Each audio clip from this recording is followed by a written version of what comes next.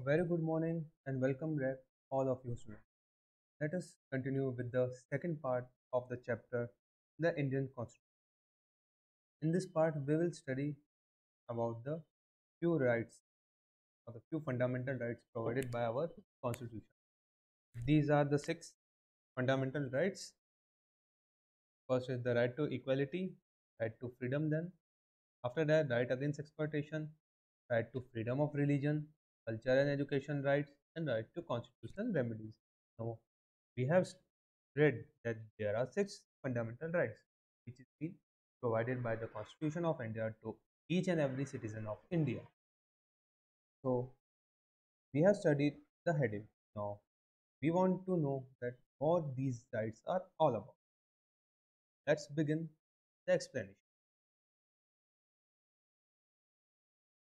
Right to equality means every person, whether he is president of India or whether he is a sweeper on the road, everyone is equal before the law, and everyone has the equal access, or everyone can access the all the public facility provided by the government, and every person have fair chance to get employed in public sector. And also, under the article 17 of our Indian constitution, the untouchability, or which we say in Hindi, छुआछूत, this practice has been abolished, means this the practice of untouchability has been finished under the article 17 of our Indian constitution. Also, as per the article 18, the abolition of titles like Maharada Diraj, Nawab Saab, in on official documents, you cannot use such titles. For example, the Bollywood star Saif Ali Khan he's the also known as Nawab Saif Ali Khan, but on the official documents he has to write his name as Mr. Saif Ali Khan. Okay, this is an example. Right to freedom of speech. In this, any person in India can express his or her views on any issues, topics, without getting suppressed or without lowering his noise. Means he can express his views either on politics, he can talk, he can communicate without any disturbance. Okay, he can take information, he can read news. So basically, what is freedom of speech is he can he can talk freely, he can, for example, he can express his views without any fear or without any delay. Okay, right against exploitation. As per article 23, what does right against exploitation says? It says the prohibition of traffic in humans and forced labor, means the forced labor, especially by that of or from children, it must be avoided, because till the age of 14 every child has the right to get free and fair education.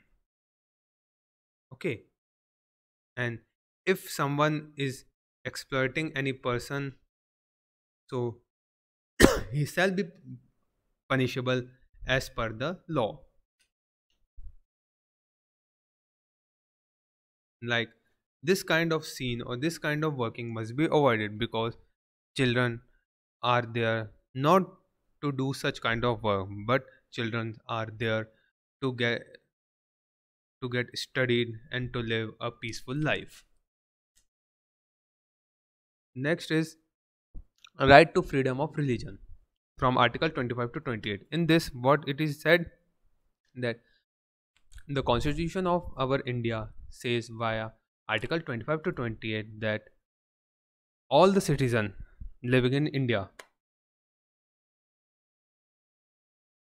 they can practice their or his or own choice of religion, and there is no official state religion, and the state or the government is required that it must treat all the religion whether Hindu, Muslim, Sikh, Isai, or any other religion, impartially and neutrally. Means in the eyes of government, every religion is equal. No religion is at top and no religion is at the bottom. Okay. And what is secularism is all about? Secularism is the basic feature of constitution. Means every person, whether he belong to any religion, can live peacefully in India with others. Like India is a land, or we can say India is a secular country because persons from different religion like Hindu, Muslim, Sikh, is Christian, they all live in the India motherland very peacefully and in harmony. So this is the Indian secularism is all about. With this, here comes the end of part second. In part two, we will study about the remaining constitutional rights and other important factors of Indian constitution. Till then, take care and thank you very much.